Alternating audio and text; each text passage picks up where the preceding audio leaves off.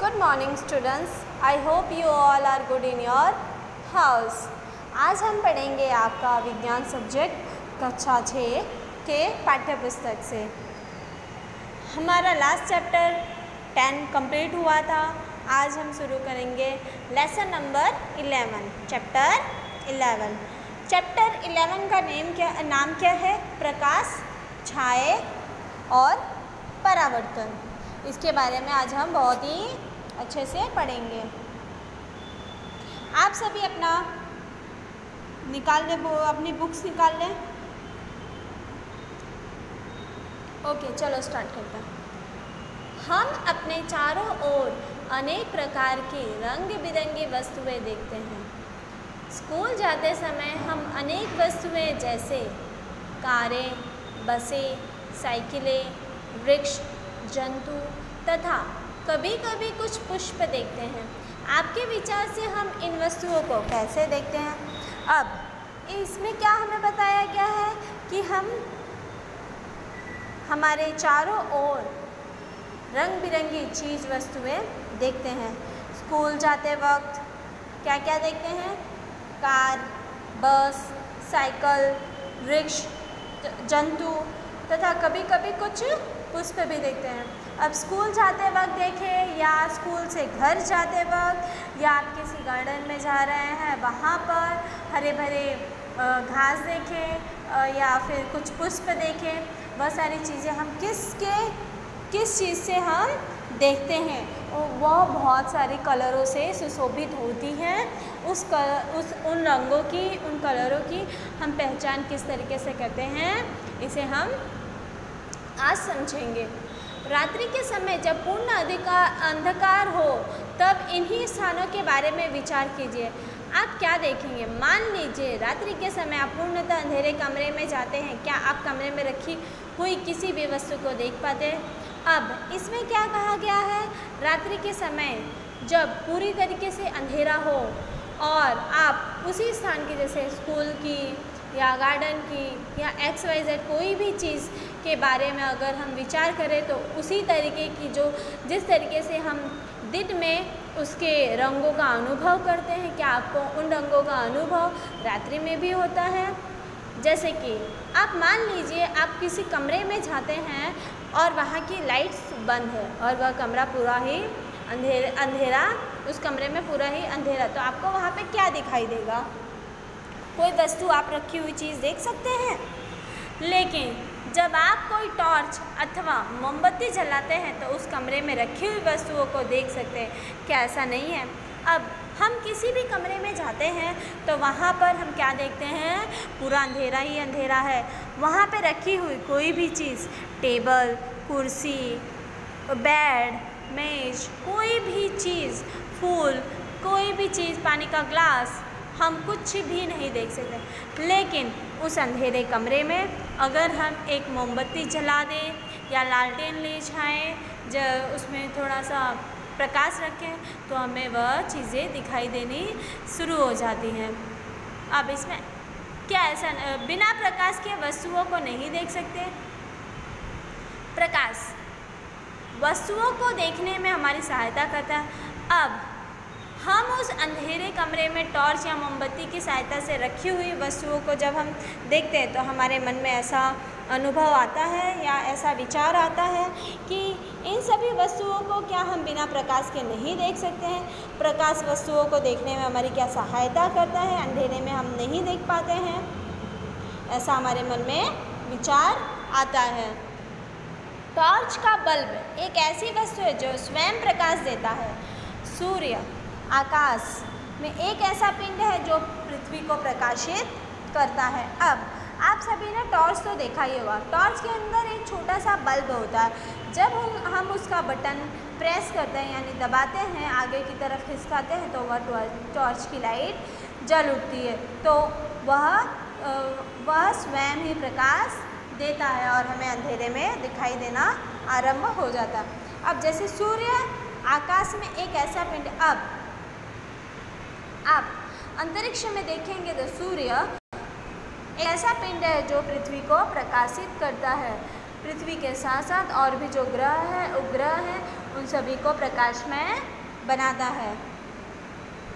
दिन के समय हम इसी प्रकाश में वस्तुओं को देखते हैं। जो वस्तुएं सूर्य की तरह स्वयं प्रकाश का उत्सर्जन करती हैं उन्हें दीप्तपिंड कहते हैं। अब हम दिन के समय में प्रकाश की सहायता से हम वस्तुओं को देखते हैं। जो वस्तुएं सूर्य की तरह स्वयं प्रकाश का उत्सर्जन करते उन्हें दीप्तपिंड कहते हैं। कुर्सी, चित्र अथवा जूते जैसी वस्तुओं के बारे में आप क्या कहेंगे? इन्हें आप तभी देख सकते हैं जब प्रकाश एक दीप्त वस्तु जैसे सूर्य, टॉर्च अथवा विद्युत का प्रकाश से इन वस्तुओं पर पड़ता है, तब हमारी आँखों की ओर आता है। अब जैसे किसी कमरे में कुर्सी रखी हो, चित्र रखा हो या किसी के जूते रखे हो या हमारे कपड़े रखे हो, हम कब देख सकते हैं? अंधेरा रहेगा तो हम देख सकते हैं क्या? नहीं, वह एक दीप्त वस्तु मतलब जिसमें जो स्वयं को खुद से प्रकाशित करता हो और प्रकाश फैलाता हो, जैसे कि सूर्य, टॉर्च अथवा विद्युत का प्रकाश। तो जब यह प्रकाश उन वस्तुओं पर पड़ता है तब वह हमें दिखाई पड़ता है, नज़र आता है। अब हम पढ़ेंगे 11.1 पारदर्शी, अपारदर्शी और पारभासी वस्तुएं। पारदर्शी मतलब अब इसके बारे में पारदर्शी, अपारदर्शी और पारभासी के बारे में हम इसके आगे पढ़ेंगे। याद कीजिए हमने अध्याय 4 में वस्तुओं को पारदर्शी, अपारदर्शी और पारभासी के रूप में समूहों में बांटा है। अब अध्याय 4 यानी कि लेसन नंबर 4 में हमने किन किन चीज़ों को बांटा हुआ है? पारदर्शी वस्तुएं, अपारदर्शी वस्तुएं, पारभासी के रूप में 3 समूहों में हमने बांटा हुआ है।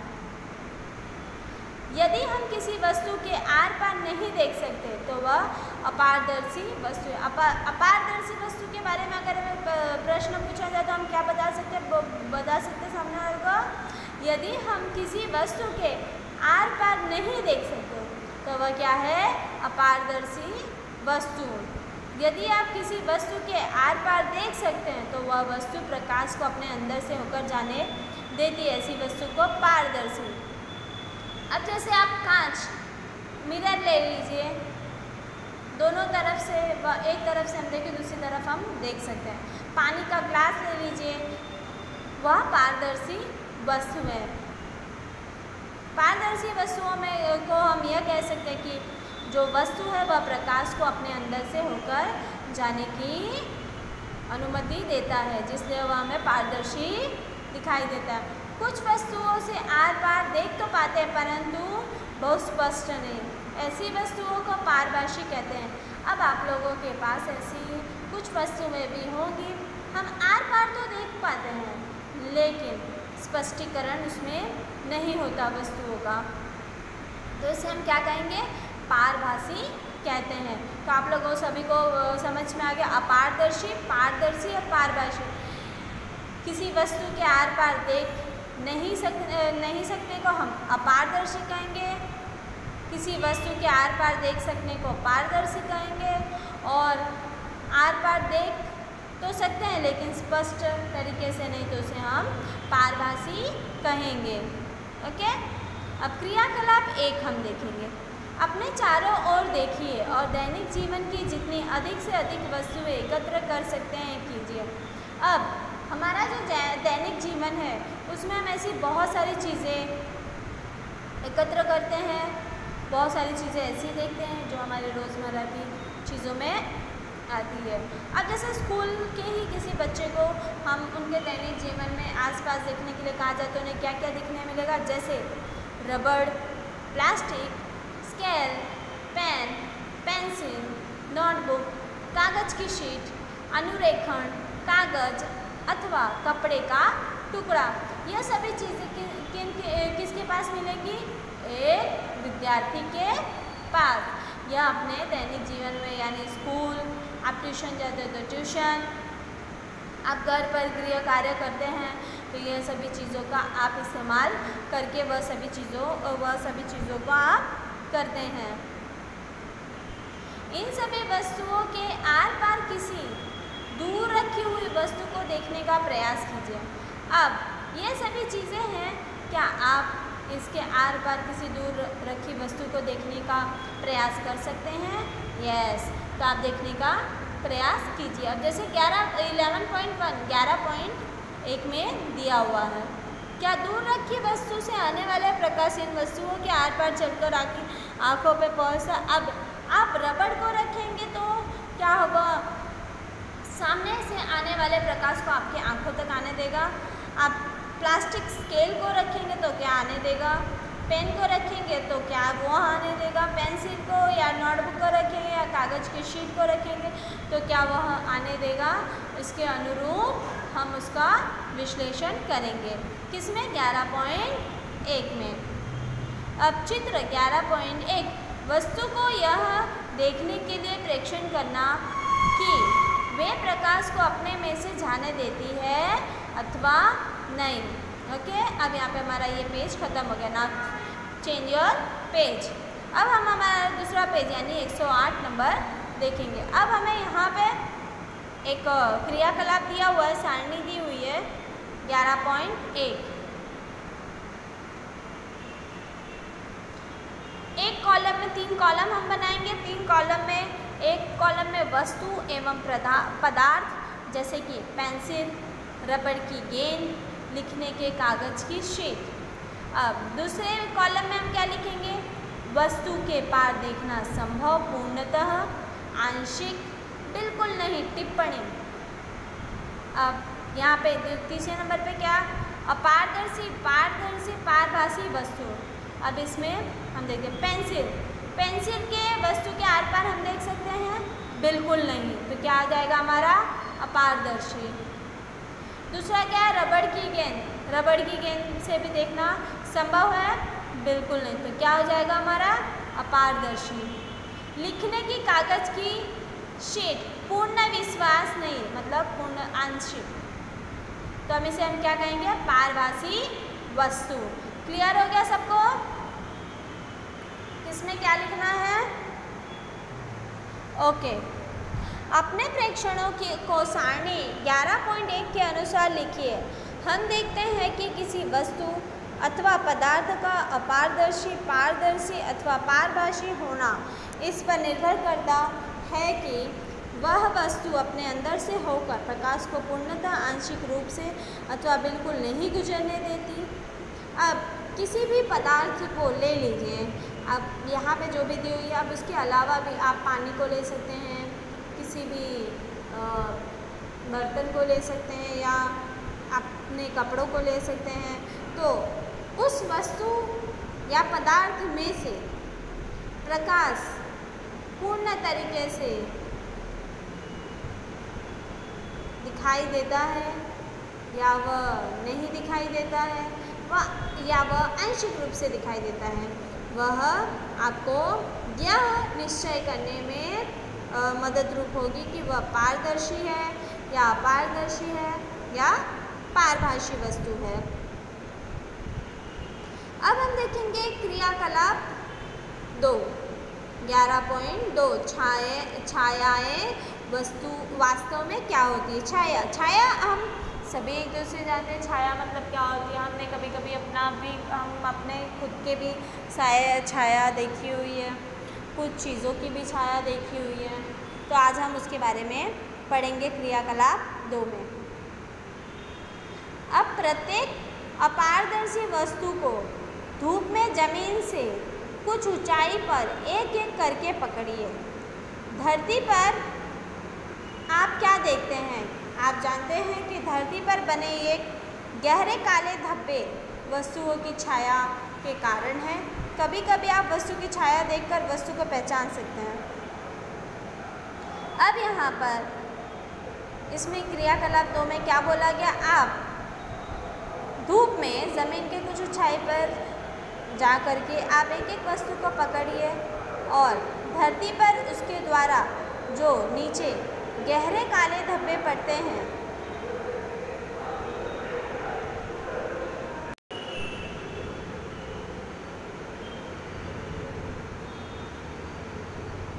अब ये जो गहरे काले धब्बे पड़ते हैं उसे हम क्या कहेंगे? छाया। कभी कभी हम वस्तु की छाया को देख कर के भी हम पहचान सकते हैं कि यह वस्तु क्या है। अब जैसे कि 11.2 में दिया, मैदान में कागज़ की एक शीट बिछाइए। किसी सामान्य जानकार अपारदर्शी वस्तुओं को किसी ऊंचाई पर हाथ में से पकड़िए कि उसकी छाया जमीन पर गिरे। अब इन्हें क्या दिया हुआ, आप किसी मैदान में कागज़ की एक शीट बिछाइए। मैदान में जाना है आपको, एक कागज़ की शीट लेकर के बिछा देनी। आप अपने घर के बालकनी में या छत पे भी आप कर सकते हैं। किसी भी ऐसी अपारदर्शी वस्तु जिसमें से प्रकाश ना गुजरता हो, ऐसी वस्तु को लीजिए। किसी ऊंचाई पर हाथ में इस प्रकार पकड़िए कि उसकी छाया ज़मीन पर बिछी कागज़ की शीट पर पड़े, या आप अपनी छत पर कर सकते हैं। आप यहाँ पे देख सकते हैं एक पेपर शीट और ये एक पेड़ की छाया है। देखो, कभी कभी वस्तु की छाया वस्तु की आकृति के बारे में बताती है। तो हम यह छाया देख करके बता सकते हैं यह कोई पौधा है और यह कोई पेपर शीट है। उसकी छाया जमीन पर बिछी कागज शीट पर पड़े। जब आप वस्तु को पकड़ते हुए हों तो उस समय अपने किसी मित्र से छाया की बाहरी रेखा खींचने के लिए कहिए। इस प्रकार अन्य वस्तुओं को छायाओं की बाहरी रेखा खींचे को कीजिए। अब आप जैसे कि आप छत पे गए हैं, आप वहाँ पर किसी वस्तु को पकड़ के रखे हैं और नीचे की तरफ किसी कागज़ की शीट को आपने रखा हुआ है, तो आपका कोई मित्र हो तो उसे वह जो उसकी छाया बनती है, उस छाया के आसपास एक बाहरी रेखा खींचने के लिए आप उसे कहिए। जब अपने कुछ अन्य मित्रों से छायाओं की बाहरी रेखाएं देखकर वस्तु के पहचानने के लिए कहिए। अब वह आकृति तो तैयार हो गई है, वह आकृति को आप अपने कुछ मित्रों को दिखाइए और उन्हें कहिए कि आप इन वस्तुओं को पहचानें। वे कितनी वस्तुओं की सही पहचान करते हैं वह आप देखिए। क्या आप अपनी छाया किसी अंधेरे कमरे में अथवा रात्रि में जब कोई प्रकाश नहीं होता देखते हैं, क्या आपको उस समय भी कोई छाया दिखाई देती है? जब कमरे में प्रकाश स्रोत के अतिरिक्त कुछ अन्य नहीं होता है, ऐसा प्रतीत होता है कि छाया देखने के लिए हमें कोई प्रकाश स्रोत अथवा प्रकाश के पथ में कोई अपारदर्शी वस्तु चाहिए। क्या उसके अतिरिक्त कोई अन्य वस्तु भी चाहिए? अब हम किसी अंधेरे कमरे में चले जाएं। अब वहाँ पे जब कोई प्रकाश नहीं होता तो आपको वहाँ पर किसी भी तरीके की छाया दिखाई देती है, और अगर उस कमरे में किसी भी प्रकार का प्रकाश हो तो आपको अपनी छाया आकृति वहाँ पर दिखाई देती है, तो आप उसमें बता सकते हैं। अब हम देखेंगे क्रियाकलाप 3। यह एक ऐसा क्रियाकलाप है जिसे आपको अंधेरे में करना होगा। शाम होते ही अपने कुछ मित्रों के साथ एक टॉर्च अथवा गत्ते की एक बड़ी शीट लेकर किसी खुले मैदान में जाइए। अब ये क्रियाकलाप है जैसे 3 से 4 लोग मिल कर के आप सभी कर सकते हैं। अब इसमें क्या कहा गया है, अंधेरे शाम के वक्त जब थोड़ा सा अंधेरा हो जाए तब अपने कुछ मित्रों के साथ एक टॉर्च, एक गत्ते की एक बड़ी शीट लेकर आप खुले मैदान में जाइए। टॉर्च को ज़मीन के समीप ले जाकर ऊपर की ओर इस तरह जलाए जिससे टॉर्च का प्रकाश आपके मित्र के चेहरे पर पड़े। अब नीचे की तरफ अपना टॉर्च करना है और आपको इस तरीके से जलाना है वह टॉर्च कि आपके मित्र के चेहरे पर वह प्रकाश पड़े, जिससे टॉर्च का प्रकाश आपके मित्र के चेहरे पर पड़े। अब आपके पास प्रकाश स्रोत तथा प्रकाश के पथ के अनुदिश एक अपारदर्शी वस्तु है। अब आपका एक प्रकाश स्रोत है और प्रकाश के पथ पर अनुदिश एक अपारदर्शी वस्तु है। प्रकाश स्रोत हमारा कौन सा है? वह टॉर्च है जिसके द्वारा हमें क्या मिल रही है? प्रकाश। और अपारदर्शी वस्तु कौन है? आपका मित्र। अब हम इसके आगे का देखेंगे। यदि आपके मित्र के पीछे पेड़, इमारत अथवा कोई अन्य वस्तु ना हो तो क्या तब भी आप अपने मित्र के सिर की छाया दिखाई देगी। इसका अर्थ यह नहीं है कि वहाँ छाया नहीं है। वास्तव में टॉर्च का प्रकाश आपके मित्र के सर से पार नहीं होता है। अब आप जैसे कि आप यहाँ पे देख सकते हैं छाया पर्दे पर ही बनती है, आप यहाँ पे एक देख सकते हैं। अब आपके मित्र के पीछे कोई पेड़, इमारत अथवा कोई अन्य वस्तु नहीं हो तो आपके मित्र की जो छाया हो वह दिखाई देगी। इसका अर्थ यह नहीं दिखाई देगी, इसका अर्थ यह नहीं होगा कि वहाँ छाया नहीं है। वास्तव में टॉर्च का प्रकाश आपके मित्र के सिर से पार नहीं होता, यानी वह अपारदर्शी है। अगर वहाँ पे आपके मित्र के पीछे की तरफ पेड़, इमारत या कोई अन्य वस्तु होगी तो वह आपके मित्र के वहाँ पे दिखाई देगा। अब किसी अन्य मित्र से कहे कि गत्ते की शीट तो आपके मित्र के पीछे पकड़े, क्या शीट पर बनती है। अब आप किसी मित्र को अपने मित्र के पीछे किसी गत्ते की शीट लेकर खड़े रहने को अगर आप कहें तो क्या आपको पता है वहाँ पर किसी भी तरीके की छाया बनेगी? यस, छाया बनेगी। आप 11.3 में देख सकते हैं गत्ते का ये जो टुकड़ा है वहाँ पे एक छाया बनी है। टॉर्च यहाँ से यह मार रही है अपने मित्र पे, तो गत्ते के टुकड़े पे यहाँ पे ब्लैक कलर में छाया बनी हुई है।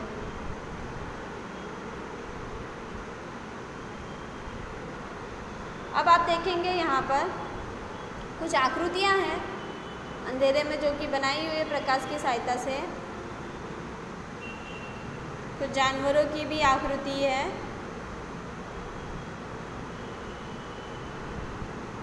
देख लीजिए, आपके हाथों में छिपी जंतुओं की छाया, तो आप भी यह घर पर ट्राई इस्तेमाल कर सकते हैं। इस प्रकार छाया केवल पर्दे पर ही दिखाई दे सकती है। अब यह छाया कहाँ दिखाई दे सकती है? पर्दे पर ही। जमीन, कमरे की दीवार, इमारतें अथवा इस प्रकार की अन्य सतहें आपको दैनिक जीवन में दिखाई देने वाली अनेक छायाओं के लिए पर्दे की तरह कार्य करती है। अब हम किसी वस्तु को अगर हम प्रकाशमय करते हैं, प्रकाश उसके ऊपर डालते हैं तो वह पर्दे पर उसकी छाया दिखाई देती है। ऐसा नहीं है, हमारे पास ज़मीन पर, कमरे की दीवारों पर, इमारतों पर या अन्य सतहों पर आपके दैनिक जीवन में दिखाई देने वाली अनेक छाया पर्दे की तरह काम करता है और वहाँ पर उनकी छाया दिखाई देती है। छायाओं से हमें वस्तुओं की आकृति के बारे में कुछ जानकारी प्राप्त होती है। कभी कभी तो छाया हम सभी की वस्तु की आकृति के बारे में भ्रमित भी कर सकती है।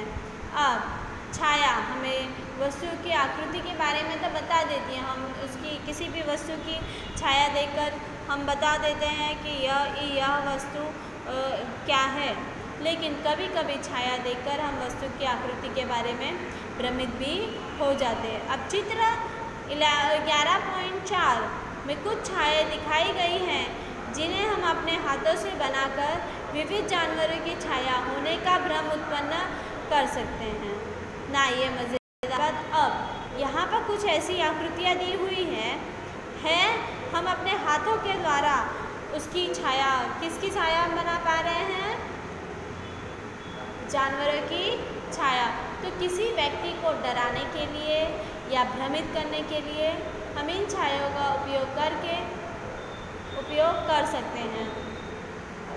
आप सभी को पता चल गया, छाया हमें एक किसी भी वस्तु की आकृति बताने में सहायक रूप होती है, लेकिन कभी कभी हमें यह छाया हमें भ्रमित भी करती है। चलो हम इसके आगे का पढ़ते हैं। क्रियाकलाप 4। स्कूल के मैदान में धूप में एक कुर्सी रखी है। आप कुर्सी की छाया से क्या अवलोकन करते हैं?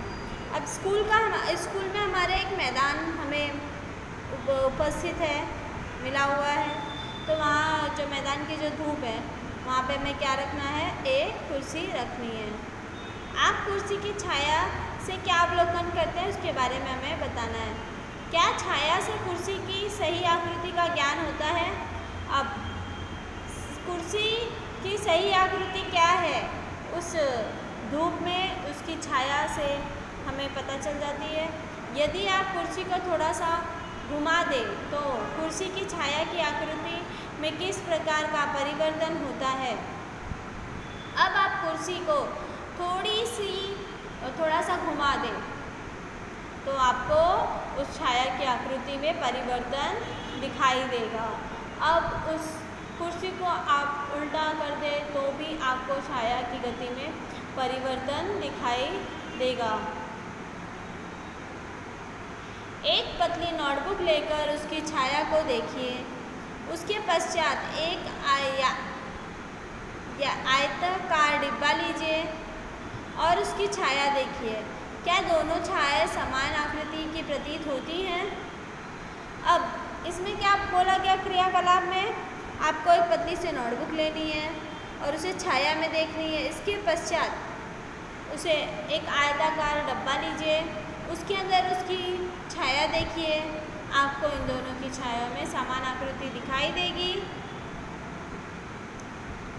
विभिन्न रंगों के पुष्प अथवा अन्य वस्तुएं लेकर उनकी छायाओं का अवलोकन कीजिए।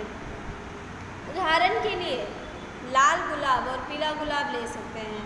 जब वस्तु के रंग भिन्न भिन्न होते हैं तो क्या उसकी छाया के रंग भी भिन्न भिन्न हो जाते हैं। अब यहाँ पे क्या बोला गया है? जिस तरीके से किसी भी वस्तु को हम ले करके उसकी छाया से हम उस वस्तु की आकृति का पता लगा सकते हैं, अवलोकन कर सकते हैं। अब यहाँ पे हम क्या करेंगे? रंगों से क्या पुष्प की आकृतियाँ बदल जाती हैं, क्या छाया बदल जाते हैं, वह अवलोकन करना है। उदाहरण के लिए हमें क्या करना है? एक लाल गुलाब लेना है और एक पीला गुलाब लेना है। जब वस्तु के रंग भिन्न भिन्न हो, अब यह दोनों के कलर भिन्न भिन्न है, एक का लाल है एक का पीला है, तो क्या उनकी छाया के रंग भी भिन्न भिन्न दिखाई पड़ते हैं। अब इसकी छाया अगर हम करें प्रकाशमय स्थान पे रखें और इसकी छाया एक बनाए तो क्या हमें वह अलग अलग दिखाई देगी। आप इसका भी अवलोकन कर सकते हैं। एक लंबा बॉक्स लीजिए तथा पृथ्वी पर बनी उसकी छाया को ध्यान से देखिए। अब यहाँ पे हमें क्या बोला गया है? एक लंबा सा बॉक्स लीजिए, पृथ्वी पर बनी उसकी छाया को ध्यान से देखिए। जब आप बॉक्स को इधर उधर गति कराते हैं तो उस समय आप छाया के आकार में होने वाले परिवर्तन को देख सकते हैं। बॉक्स की छाया कब सबसे छोटी बनती है? तब जब आप बॉक्स के बड़े फलक से सूर्य के सामने रखते हैं। जब आप छोटे फलक को सूर्य के सामने रखते हैं। आइए लंबे बॉक्स का प्रयोग सरल कैमरा बनाने में करें। अब इसमें क्या दिया हुआ है? एक लंबा बॉक्स लेना है, पृथ्वी पर बनी छाया। अब उस बॉक्स की छाया को पृथ्वी पर बने हुए छाया से देखना, अवलोकन करना है। अब जब आप बॉक्स को इधर उधर गति कराते हैं, जब वो बॉक्स को आप इधर उधर घुमाते हैं तो क्या उसकी छाया में कोई परिवर्तन आता है? बॉक्स की छाया कब सबसे कम छोटी बनती है, कब सबसे बड़ी बनती है?